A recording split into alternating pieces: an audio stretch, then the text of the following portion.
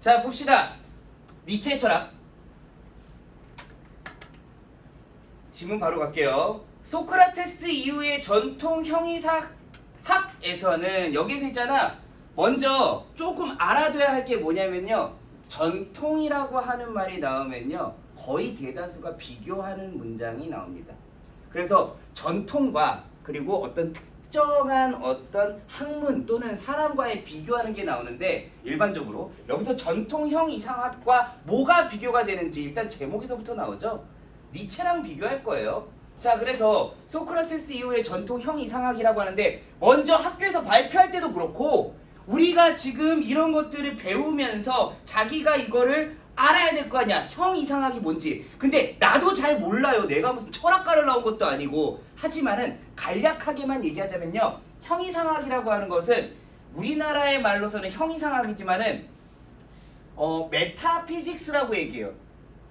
그래서 메타라고 하는 것은 무엇인가 넘어서 있는 것, 초월한 것이라는 의미고요. 피직스는 우리 알고 있죠? 어떤 물리학일 때, 어떤 현실 세계, 물리 세계 이런 걸 의미하는 거예요. 그래서 물리 세계, 현실 세계를 뛰어넘는 것을 공부하는 학문입니다.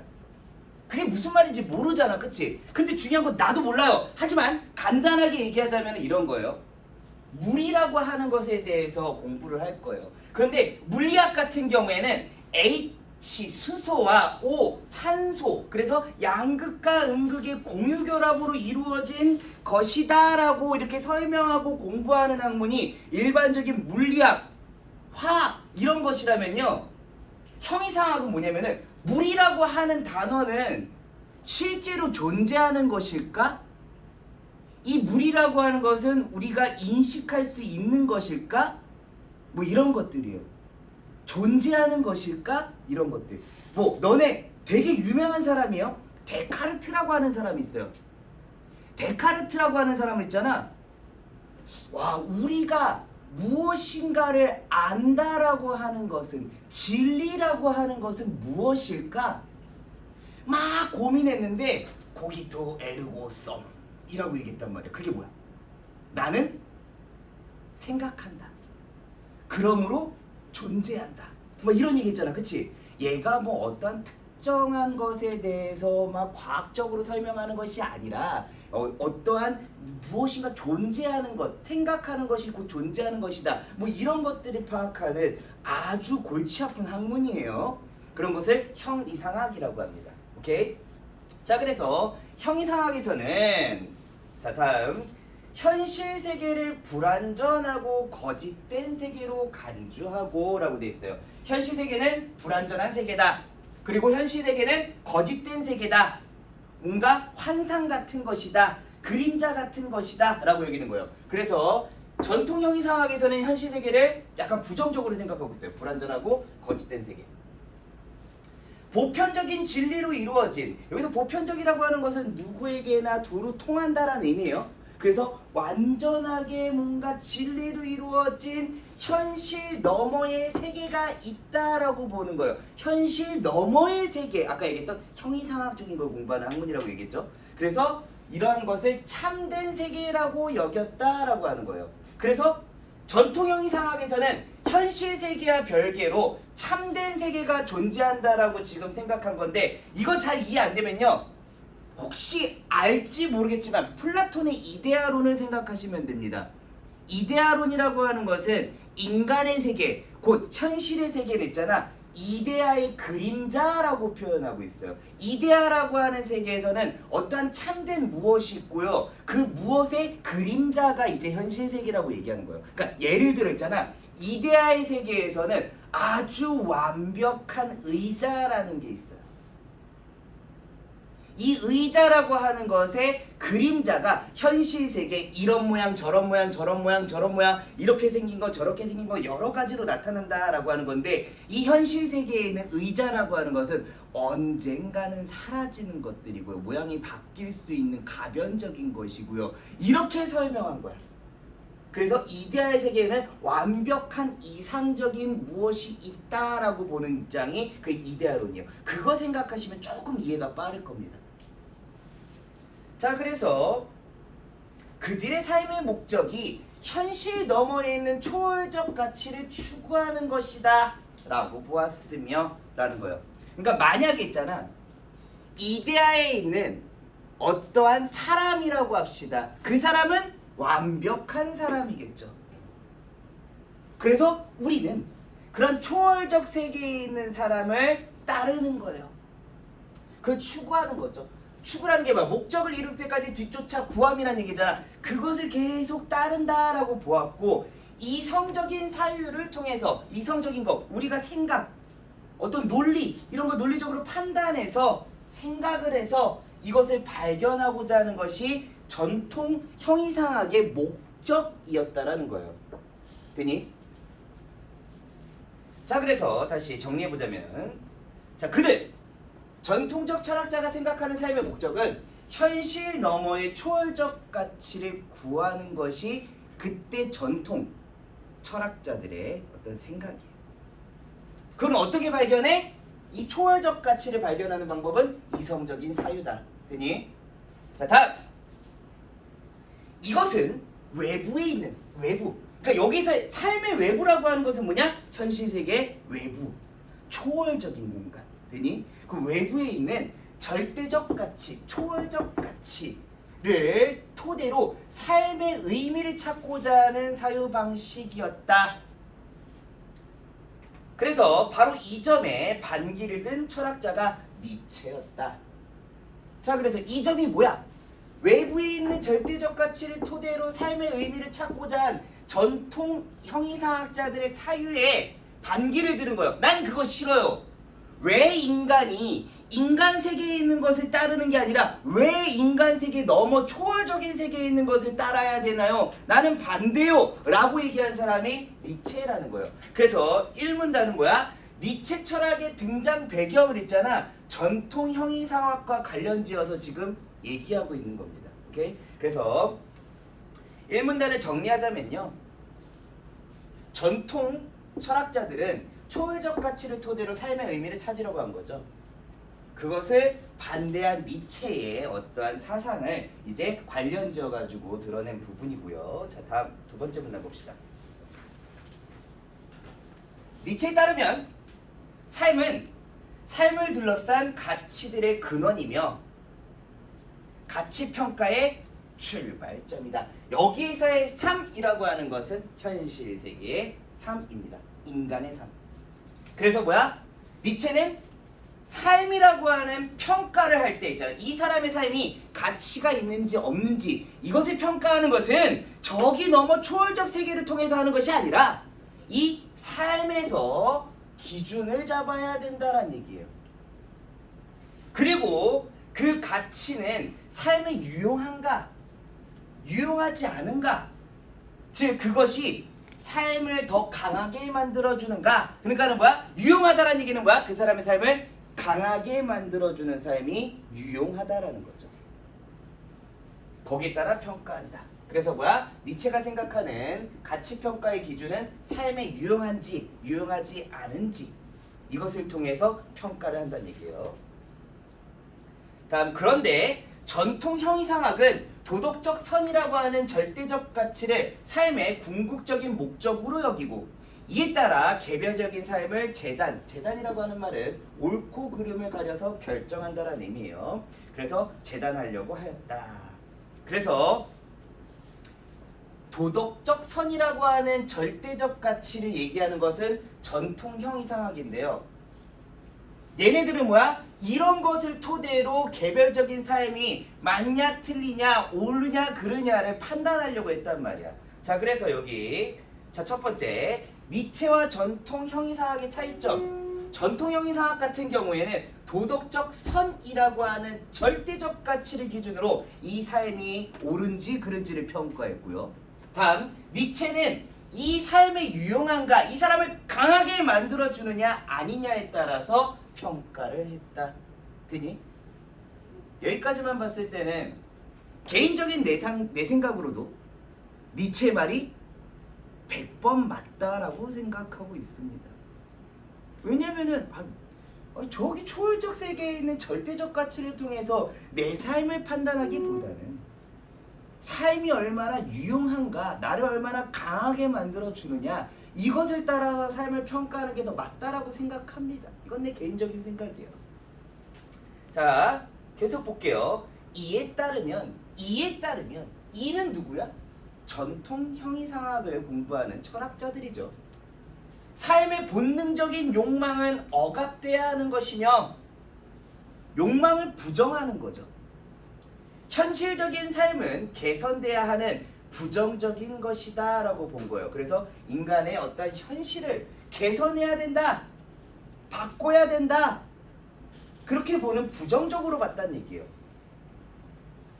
그래서 전통 형이상학에서 보는 삶은 삶을 개선해야 하는 부정적인 것으로 인식했죠. 그리고 욕망을 억제해야 된다라고 보았고요. 다음, 따라서 현실적인 삶을 긍정하고, 이건 뭐예요? 니체 입장이죠. 그 속에서 끊임없이 발전하고자 하는 태도는, 니체는 이걸 긍정했거든요. 그런데 형이상학자들은 도덕적 선에 부합하지 않는 무가치한 현실적인 욕구를 충족하려고 하는 태도라고 폄하 비판한 거예요. 오케이? 전통 형이상학자들 같은 경우에는 난 진짜로 나 이 삶에 대해서 긍정해, 내 삶이 참 좋아, 난 발전하려고 노력할 거야, 이런 태도조차도 있잖아, 도덕적 선에 부합하지 않는 무가치한 현실적인 욕구를 충족하려고 하는 태도라고 보는 거예요. 자, 그래서 결국 결국 현실적인 삶 자체도 무의미한 것이 되고 만다라고 보는 거예요. 그런데 니체는 그 자체로 목적이야 할 삶을 초월적 가치 실현, 아까 전에 뭐 절대적인 가치, 그 어떠한 도덕 같은 그러한 것들을 비춰가지고 삶을 재단하려고 했잖아. 그런데 이런 가치 실현의 수단으로 간주하는 전도는 뭐야? 뒤바뀐 거죠. 뒤집힌 거죠. 전도된 사유방식에 전적으로 반대하였다. 그래서 이 얘기는 뭐냐? 니체는 현실을 살아가는 인간이 현실적인 삶 자체를 그 목적으로 봐야 되는데, 전통 형이상학 같은 경우에는 삶의 목적이 저기 넘어 초월적 가치 추구에 있다라고 보았기 때문에 이거는 뭐야? 아니, 인간의 삶을 삶 자체에서 목적을 찾아야지 왜 다른 곳에서 찾아? 이거 뭔가 뒤바뀐 거 아니야? 라고 지금 비판한 거예요.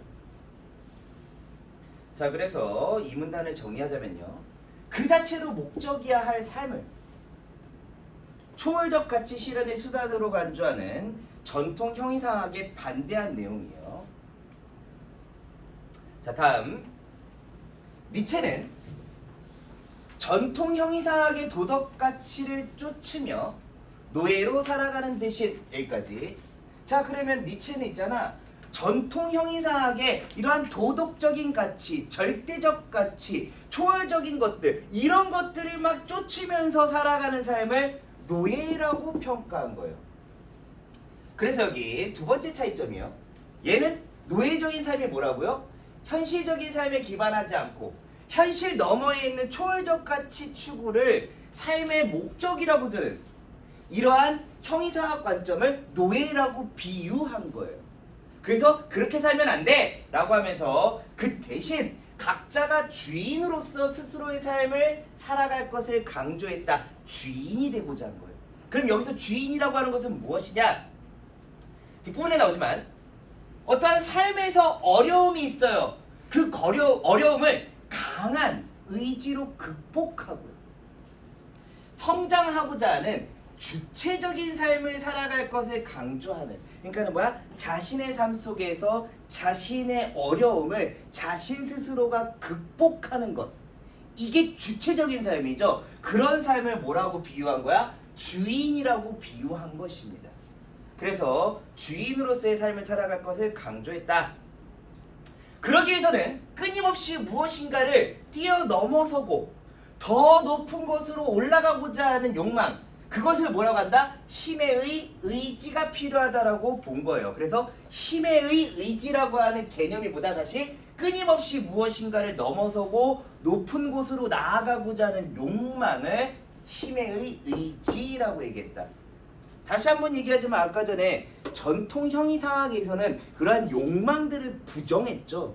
그런데 니체는 그러한 욕망을 긍정한 거예요. 이것은 자신의 내면의 힘과 능력을 더 높은 차원으로 발휘하고자 하는 의지다. 그러니까 뭐야? 내면의 것들을, 힘을, 능력을 더 높이 만드는 그런 의지래요. 그래서 니체는 힘의 의지를 타인의 존재와 무관한, 그러니까 뭐야? 내 스스로, 내 내면에 있는 것을 더 강해지고자 하는 내적 동기, 그러니까 뭐야? 타인과 막 타인의 존재가 중요한 게 아니라 나 스스로가 중요한 거예요. 그래서 내적 동기, 욕망이라고 본 겁니다. 여기에서 있잖아. 하나의 힘의 의지가 다른 힘의 의지를 이겨도 또 다른 힘의 의지가 수시로 나타나기 때문에, 그러니까는 뭐야? 무엇인가 더 높이 올라가려고 하는 욕망이, 다른 욕망도 있겠죠? 차이는 있겠죠? 하지만은 얘네들은 있잖아, 계속 이런 욕망들이 생겨난다는 얘기예요. 그렇기 때문에 창조와 생산이 무한히 반복하는, 무한하게 이루어지게 하는 그러한 의지라는 겁니다.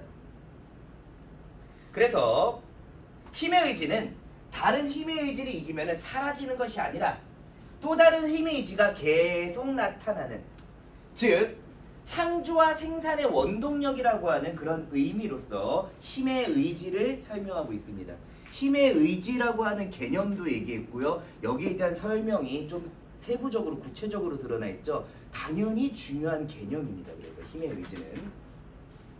자, 그래서 3문단을 정리하자면요.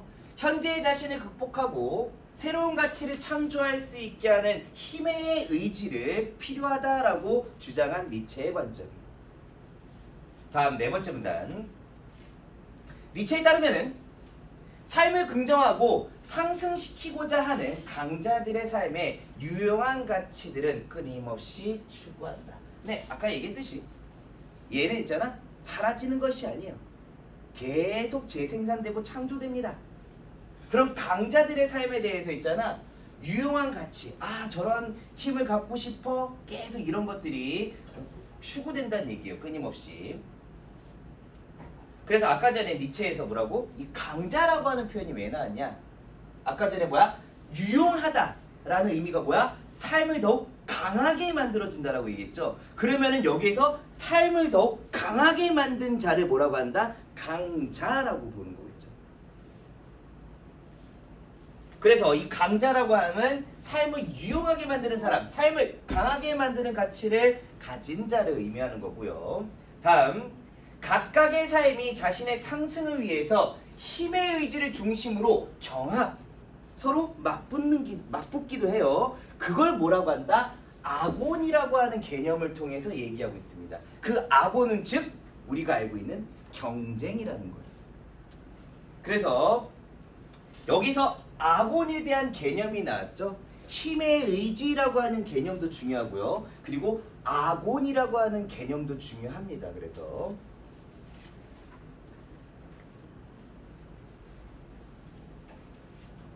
자, 이것은 여기서 이것이 뭐야? 아곤이죠.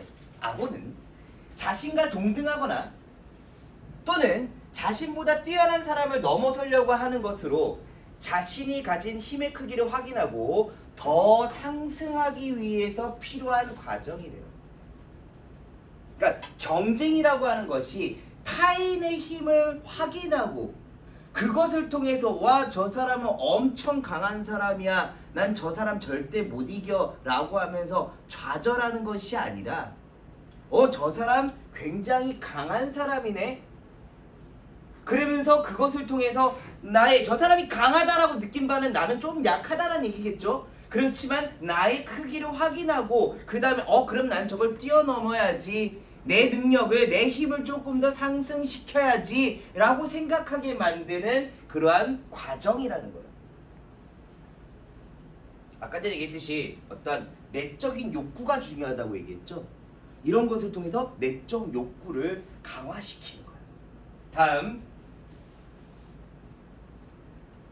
그렇게 아곤의 궁극적인 목적은 경쟁자의 제압이 아니라 성장에 있대요. 어떤 사람의 성장? 나 자신의 성장. 경쟁은 우리가 쉽게 뭐 경쟁이라고 하는 것은 요즘에 민찬이가 아침에 어린이집 갈 때마다 민찬이는 자전거를 타고요. 나는 달리기를 합니다. 물론 내가 달리면 민찬이보다 더 빠르겠지. 근데 민찬이는 지는 걸 싫어요. 물론 그때 아이들 다 그렇죠. 근데 지면은 굉장히 서운해요. 어이 내가 졌어 막 이러면서. 그런데 여기에서 민찬이는 뭘 몰라? 악원을 모르는 거예요. 그러니까 진정한 악원이라고 하는 것의 궁극적인 목적이 뭐라고요? 자신의 성장에 있는 거예요. 누구를 이겨서 누르는 것이 아니라 성장에 있는 겁니다. 그래서 내가 민찬이한테 매번 얘기하거든. 지는 건 중요하지 않아 민찬아 라고 얘기를 하는데도 그럼에도 불구하고 아쉽긴 하신나 봐요. 자, 어쨌든 간에 자신이 뛰어넘고자 하는 강자는 자신을 자극하고 발전시키는 선의의 파트너가 된다. 네, 선의의 파트너. 상대를 이기고자 하는 데서 오는 고통이 크면 클수록 상대가 강하다는 뜻이며 이때 상대방을 이기기 위해서 노력을 더하겠죠. 이때의 고통은 오히려 성장의 원동력이 된다. 그래서 자신의 내면을 강하게 성장하기 위해서는 이런 악원을 통해서 많은 노력이 필요하다는 거죠. 그러한 고통이 성장을 위한 단계고 그것을 긍정적으로 받아들이는 삶의 태도가 드러나는 겁니다. 물론 당연히 강자들 사이에서는 힘의 차이에 따르는 위계는 존재합니다. 당연하죠. 누가 더 강하다, 누가 좀 더 약하다는 드러나죠. 그러나 이때 위기는 일방적인 계급 질서는 아니에요. 승패는 존재하지만 누가 이기고 졌다라는 것은 있지만 그 비교를 통해서 자신의 힘을 평가하고 좀 더 성장하고자 하는 노력을 서로 인정하기 때문에 강자와 상대적 약자 간의 힘의 위계는 지배하는 형태가 아니라 상호 존중의 형태로 드러나는 겁니다. 내가 스포츠를 안 봐요. 거의 안 봅니다. 오늘 와이프가 뭐 오늘 롯데가 뭐 몇 연패를 했네 마네 막 이런 얘기하면서 뭐 하나가 어쨌네 LG가 1위네 뭐 이런 얘기를 하는데 전혀 관심이 없어요 나는. 그런데 내가 유일하게 보는 스포츠 중에 하나가 매주 보는 것도 아니고요. 가끔 격투기를 좀 많이 봐요. UFC 같은 거. 나는 그게 굉장히 좋은 게 뭐냐면은 물론 아닌 사람도 있지만 보통 경기를 하고 나서 진짜 죽일 듯이 좁혀잖아. 마치 원한이 있었던 사람처럼. 그런데 경기를 막 다 하고 나서 서로 부둥켜 안아줘. 굉장히 난 그게 뭉클하고 멋있어. 여기에서 나는 악원을 확인할 수 있습니다. 상대방을 제압해가지고 이 상대방을 조롱하고 놀리는 것이 아니라 이 상대방에 대해서 서로 상호 존중해 주는 거죠. 진 사람은 이긴 사람을, 이긴 사람은 진 사람을. 그래서 이 진 사람도 이 경기를 통해서 무엇인가를 얻었겠죠. 그래서 자신의 성장을 위해서 타자를 존중하는 태도라고 볼 수 있습니다. 그래서 여기서 다시 정리하자면요. 니체가 제시하는 악원의 진정한 의미는 그냥 경쟁으로 끝나는 것이 아니라 복종시키고 지배하는 것이 아니라 나의 힘을 평가하는 거예요. 상대방의 힘을 평가해서 그 다음에 그 노력을 인정함으로써 자신의 삶을 긍정하고 자신의 성장을 위해서 뭐 타자를 존중하는 태도를 여기 악원의 진정한 의미라고 평가했습니다. 그래서 4문단 정리하자면은 자신의 삶을 긍정하고 타인의 성장을 위해 타자를 존중하는 태도인 악원의 필요성을 주장했습니다. 다음 5문단. 니체는 삶을 긍정한다라고 하는 것이 삶이 마주하는 어려움을 잘 극복하고 성장하고자 하는 태도를 의미한다라고 보았다. 뭐 아까 전에 했던 얘기 그대로 또 반복하는 것 같아요. 아까 전에 어려움을 극복하는 것도 얘기 나왔고요. 성장하고자 하는 태도도 얘기했죠. 다음 강자를 넘어서려고 하는 의지를 옹호한 니체의 철학은 그러한 강자를 자신보다 우월한 사람을 넘어서고자 하는 의지를 긍정적으로 평가했죠. 현실을 살아가는 우리 자신의 삶을 그 자체로 긍정할 수 있는 철학적 토대를 마련했다는 점에서 의미가 있다. 아까 전에 형이상학, 전통 형이상학에서는 개인의 삶을 현실에서 찾는 것이 아니라 저기 초월적 세계에 있는 절대적 가치를 통해서 판단하려고 그랬잖아. 그런데 현실의 삶은 우리의 삶 속에서, 그래서 그 자체로 긍정할 수 있게 만든 그러한 철학적인 어떤 사유를 제시한 이러한 니체 철학의 의의를 밝히면서 지금 마무리한 거예요. 오케이, 설명은 여기까지.